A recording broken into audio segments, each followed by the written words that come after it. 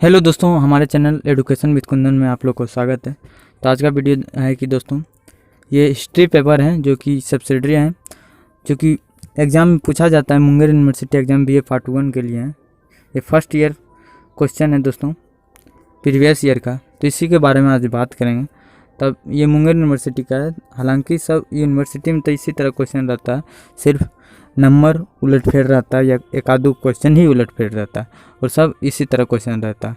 तो आज इसी के बारे में बात करेंगे दोस्तों। तो साथ ही आप लोग को बताएंगे किस तरह टाइम मैनेज करना है, उसके बाद सब्जेक्टिव किस तरह लिखना है, और ऑब्जेक्टिव में भी किस तरह हम सही कर पाएंगे, उस तरीके से आप लोग को बताएंगे। तो वीडियो को लास्ट तक जरूर बने रहिएगा।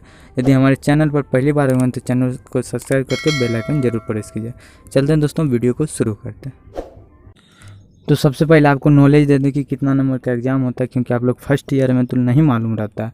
कन्फ्यूज जो भी रहेगा उसको हम हटा देते हैं दोस्तों। तो ये 100 नंबर का रहता है। सबसे पहले 3 घंटे टाइम दिया जाता है। उसके बाद परीक्षार्थी यथासंभव अपने उत्तर, ये तो क्वेश्चन आप सब हमेशा रहता है, वो किन्हीं 5 प्रश्नों का उत्तर दें जिसमें पर संख्या गुण अनिवार्य। यानी आप लोग का 4 जो रहता है सब्जेक्टिव लिखने का रहता है, और 1 जो रहता है उसमें 10 क्वेश्चन रहता है, उसका ऑब्जेक्टिव रहता है, जो कि 2-2 नंबर का रहता है। 10 गुना 2 20 नंबर का रहता है ऑब्जेक्टिव।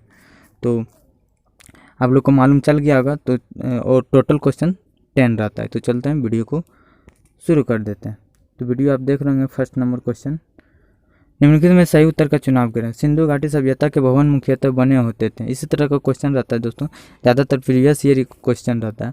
तो सिंधु घाटी सभ्यता भवन मुख्यतः बने होते थे पत्थर का, ऑप्शन 1। चलते हैं नेक्स्ट पर, क्या है नेक्स्ट आप देख रहे होंगे, ईंटों का, लकड़ी का, इनमें से कोई नहीं। यानी पहला पत्थर, ईंट, लकड़ी, इनमें से कोई नहीं। तो उस समय जो कि हमारे सिंधु घाटी सभ्यता बना रहा था, तो इस समय ईंटों का बना होता था। तो नेक्स्ट क्वेश्चन पर चलते हैं दोस्तों। आर्यों ने सर्वप्रथम संकलित किया। तो आर्यों ने सर्वप्रथम संकलित किसको किया? ऋग्वेद को। क्योंकि सबसे जानते हैं कि प्राचीन वेद भी हमारा क्या है? ऋग्वेद है। ये भी क्वेश्चन पॉलिटिकल साइंस में पूछा गया था। ये हिस्ट्री पेपर है जो कि सब्सिडरी के लिए है। तो इसका क्या होगा आंसर? ऋग्वेद। और एक तो इस पर क्वेश्चन भी बन सकता है कि प्राचीन वेद क्या है, तो इसमें ऋग्वेद आंसर होगा। तो चलते हैं नेक्स्ट क्वेश्चन पर।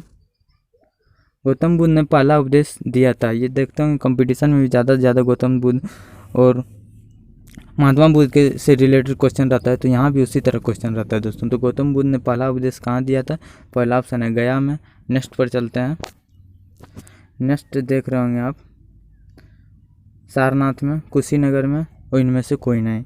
तो इसका आंसर हो जाएगा दोस्तों सारनाथ। ये गौतम बुद्ध जो है पहला उपदेश दिया था सारनाथ में।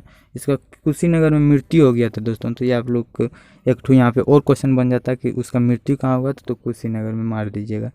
तो इसी तरह रिलेटेड क्वेश्चन रहता है, ज़्यादातर प्रीवियस ईयर से ही रहता है, आप देख लीजिएगा। क्योंकि जो भी स्मार्ट लड़का होते हैं वो प्रीवियस ईयर ही को ध्यान दे के और एग्ज़ाम देने जाते हैं। ज़्यादा से ज़्यादा 10 दिन 15 दिन देखते हैं प्रीवियस ईयर, उसी से रिलेटेड पढ़ते हैं, उसमें से अच्छा नंबर वो उठा पाते हैं। तो आप लोग भी हमारा यदि सुझाव चाहते हैं तो हम बोलेंगे कि प्रीवियस ईयर ज़्यादातर देखिएगा, न तो आप अपना तरीके से पढ़ सकते हैं। सब्जेक्टिव में भी इसी तरह रहता है। तो राज तरंगिणी के लेखक कौन थे? तो राज तरंगिणी के लेखक विशाखादत्त, कल्हण, सुदीर्घ और हरिसेन। तो इसका आंसर क्या हो जाएगा? कल्हण थे। जो कि राज तरंगिणी के लेखक कौन थे? तो कल्हण हो। हमेशा कोई भी सब्जेक्ट हो जो उसमें से 1 से या 2 क्वेश्चन, हमेशा 1 या 2 क्वेश्चन रहता ही रहता है जो कि लेखक से रिलेटेड रहता है। तो आप लोग लेखक पढ़ के ही जाइएगा। नेक्स्ट क्वेश्चन क्या है? जैन धर्म के वास्तविक प्रवर्तक कौन थे? जैन धर्म के वास्तविक प्रवर्तक कौन थे? तो जैन धर्म के वास्तविक प्रवर्तक महावीर थे। कौन? वर्धमान महावीर। इसका पूरा नाम है वर्धमान, और लास्ट में सिर्फ महावीर बोला जाता है। तो इसका आंसर क्या होगा? वर्धमान महावीर। नेक्स्ट ऑप्शन भी देख लेते हैं। नेक्स्ट ऑप्शन देख रहे होंगे कि पारसनाथ, ऋषभनाथ और नेमिनाथ। तो ये नहीं होगा, तो वर्धमान महावीर इसका 1 नंबर का आंसर होगा। देन चलते हैं नेक्स्ट क्वेश्चन पर। कौटिल्य का अर्थशास्त्र स्रोत हैं। कौटिल्य के बारे में तो पॉलिटिकल साइंस में भी पूछता है और इसमें भी हिस्ट्री में भी पूछ देता है। तो इसको आप अच्छे से पढ़ लीजिएगा। कौटिल्य का अर्थशास्त्र स्रोत है तो इसका क्या होगा, मौर्य वंश के लिए। आप देखे होंगे कि जो चाणक्य फिल्म था उसी को कौटिल्य बोला जाता है दोस्तों। आप लोग को घर बनाने का काम नहीं है, चाणक्य को ही हम कौटिल्य बोला जाता है, उसी का नाम है कौटिल्य। चाणक्य, विष्णुगुप्त भी उसी का नाम है। तो इसी से रिलेटेड आप लोग को तीनों शब्द याद रखना है, क्योंकि हमेशा कुछ शब्द उल्टा पुल्टा करके पूछ दिया जाता है आपको कन्फ्यूज कराने के लिए। तो हम तो कहना चाहेंगे जो भी स्टूडेंट 2020-21 में एग्ज़ाम दीजिएगा, ये जब भी देते हैं तो आप पिछले साल का प्रीवियस ईयर देख के जाइए, उससे आपका 3 से 4 क्वेश्चन ऑब्जेक्टिव में सिर्फ रह जाएगा। कोई भी सब्जेक्ट हो, सब सब्जेक्ट का देख के जाइएगा, और सब्जेक्टिव को भी देख के जाइएगा, क्योंकि 10 में से आप लोग को उसमें 4 ही बनाना पड़ता है, जो कि आप लोग का उसी में से रहेगा ज़्यादातर। तो आप सब्जेक्टिव और ऑब्जेक्टिव दोनों देख के जाइएगा दोस्तों। और यदि आप देखना चाहते हैं तो हमारे प्ले लिस्ट बना हुआ है यूट्यूब पर, आप वहाँ पर जाके देख लीजिएगा, और डिस्क्रिप्शन में भी लिंक दे दिया जाएगा। तो नेक्स्ट पर चलते हैं। जी नंबर क्या है, भारतीय इतिहास का स्वर्ण युग किसे कहा जाता है? तो मौर्य वंश। आप लोग को कंफ्यूज कराने के लिए मौर्य वंश देता है, क्योंकि मौर्य वंश ज़्यादा फेमस है दोस्तों।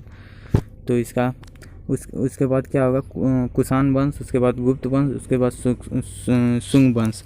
तो आप लोग को क्या था क्वेश्चन दोस्तों, भारतीय इतिहास का स्वर्ण युग किसे कहा जाता है? तो स्वर्ण युग किसे कहा जाता है, आप देख रहे होंगे, स्वर्ण युग ये गुप्त वंश को कहा जाता है, क्योंकि कुषाण वंश को मारा होगा, गलती हो चुका है, तो इसका आंसर क्या होगा, गुप्त वंश हो जाएगा। गुप्त वंश को स्वर्ण युग कहा जाता है। मौर्य वंश ज़्यादा फेमस है तो वो आंसर नहीं होगा, बहुत लड़का वही मार के आएगा। तो आप लोग को ध्यान दे के याद करके जाना है। कुछ क्वेश्चन आप लोग को फंसाने के लिए दिया जाता है, ये तो कंपटीशन में ज़्यादातर रहता ही रहता है। विक्रमशिला विश्वविद्यालय की स्थापना किसने की थी? क्या है, विक्रमशिला विश्वविद्यालय की स्थापना किसने की थी? तो इसका आंसर क्या होगा, पालो ने। ऑप्शन रहता है पालो ने, लेकिन इसका फुल फॉर्म में धर्मपाल ने किया था, जो कि इसका शॉर्ट में लिखता है पालो ने किया था। तो इसका बहुत इंपॉर्टेंट है दोस्तों। तो विक्रमशिला विश्वविद्यालय की स्थापना किसने किया था? तो ये धर्मपाल ने किया था। आप लोग का यहाँ BA पार्ट 1 यानी कोई भी पार्ट 1, पार्ट 2, पार्ट 3 यदि अच्छा से पढ़ लीजिएगा तो उधर कंपटीशन में भी यही सब क्वेश्चन रहता है। नहीं तो आप साथ साथ कंपटीशन भी तैयारी कीजिए, क्योंकि इसका डिग्री लेकर आप लोग को कोई फ़ायदा होने वाला नहीं है। डिग्री सिर्फ लीजिए, ज्ञान उतना नहीं भी लीजिएगा तो चलेगा। अरबों ने सिंध पर कब अधिकार किया? क्योंकि ज़्यादातर स्टूडेंट देखते होंगे कंपटीशन में ही चला जाता है, फिर बाद में और कोई उपाय है भी नहीं। तो अरबों ने सिंध पर आक्रमण कब किया था? अरबों ने सिंध पर कब अधिकार किया? तो 1712 ईस्वी, और इंग्लिश में बोलिएगा तो 712 ईस्वी, और इंग्लिश में AD होता है। और चलते हैं नेक्स्ट क्वेश्चन पर, और इसका ऑप्शन देख रहेंगे 1000 AD, 1175। उसके बाद नेक्स्ट क्वेश्चन, सोमनाथ मंदिर को तोड़ने वाला था? ये तो हमेशा लगता है पूछ ही देता है, हर एग्जाम में पूछता है दोस्तों। सोमनाथ के मंदिर को तोड़ने वाला था तो मोहम्मद गजनी था।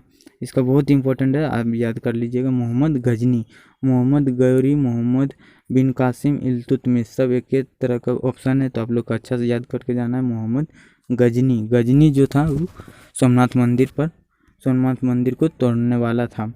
ये 17 बार आक्रमण भी कर चुका है भारत पर दोस्तों। ये भी पूछा जाता है कि ये मोहम्मद गजनी भारत पर कितने बार आक्रमण कर चुका है? तो 17 बार, ये याद कर लीजिएगा आप लोग।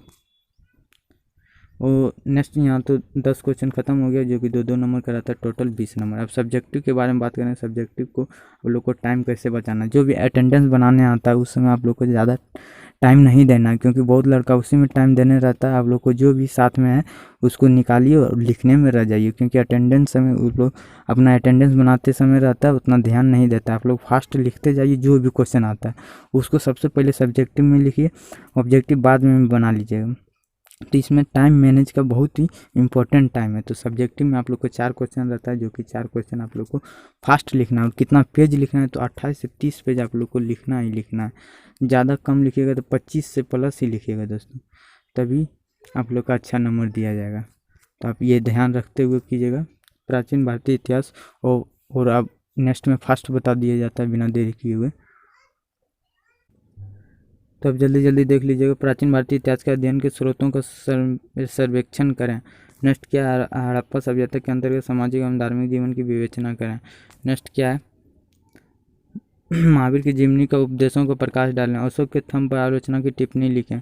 आप कोई भी लिख सकते हैं। कनिष्क की तिथि एवं उपलब्धियों की विवेचना करें। विजेता एवं शासक के रूप में समुद्रगुप्त की महानता की परीक्षण करें। और नेक्स्ट क्वेश्चन क्या है, गुप्त काल में कला वास्तुकला में के विकास समीक्षा करें। और नेक्स्ट में पल्लवों की प्राकृतिक देन को वर्णन करें। भारत की गोरी पर आक्रमण के कारण प्रभाव डालें। आप कोई भी लिखिएगा, यदि 4 नंबर लिखना है वहाँ 4 नंबर दे के आप लोग लिख सकते हैं। फिर यदि आप लोग को 7 नंबर लिखना है तो 7 नंबर दे के आप लिख सकते हैं। तो इसी तरह वीडियो पाने के लिए हमारे चैनल को सब्सक्राइब करके आप स्क्रीन पर देख सकते हैं कि यूट्यूब में सर्च कर सकते हैं कि education with Kundan BA part 1, वहाँ पे सब आ जाएगा। उसको लोगों पर क्लिक कीजिएगा, प्ले लिस्ट में जाइएगा, प्रीवियस ईयर का क्वेश्चन हमेशा बना हुआ है प्ले लिस्ट, वहाँ पर जाकर देख लीजिएगा। थैंक यू दोस्तों। अब चैनल पर पहली बार चैनल को सब्सक्राइब करके बेल आइकन जरूर प्रेस कीजिएगा इसी तरह वीडियो पाने के लिए। जय हिंद, जय भारत।